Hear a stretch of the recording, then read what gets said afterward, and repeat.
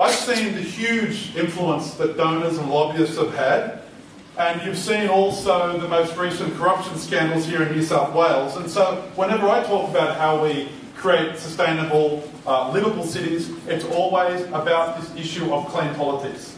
The first port of call is always, how do we have a vibrant and vigorous democracy where communities are really engaged, where consultation is actually genuine, where people have a real right to speak their mind and also support their own communities. Because without clean politics, any way to address our city in a sustainable manner is fatally flawed. That's why we Greens in the State Parliament, and so many Greens here, are taking up that fight to make sure that we support ICAP, we get rid of the politicians' rorts, that we make sure that the political donation system is transformed root and branch.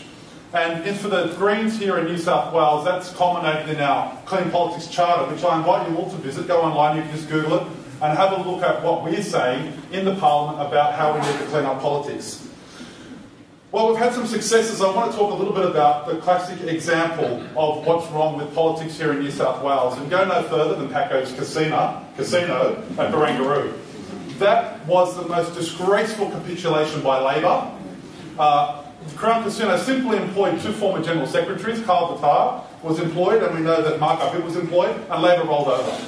The coalition, subject to the pressure as they are from the development industry and how they do business, thought it was a great idea to give one of the most valuable licences a state can deliver, worth over $1 billion, to this company with no tender, no competitive process, and the Greens were the only party that was standing up to that. The irony was that there was me, a Green, who was supposedly so out of touch with the real world, who was reading from the Financial Review's editorial, saying even the Financial Review says this is a disgrace, that you can undersell this licence, which is worth over $1 billion to this state, without a tender. That is at the heart of everything that's wrong with politics in this state. The influence peddling, the power of the lobbyists, and the capitulation of Labor and Liberal to the strength of this industry.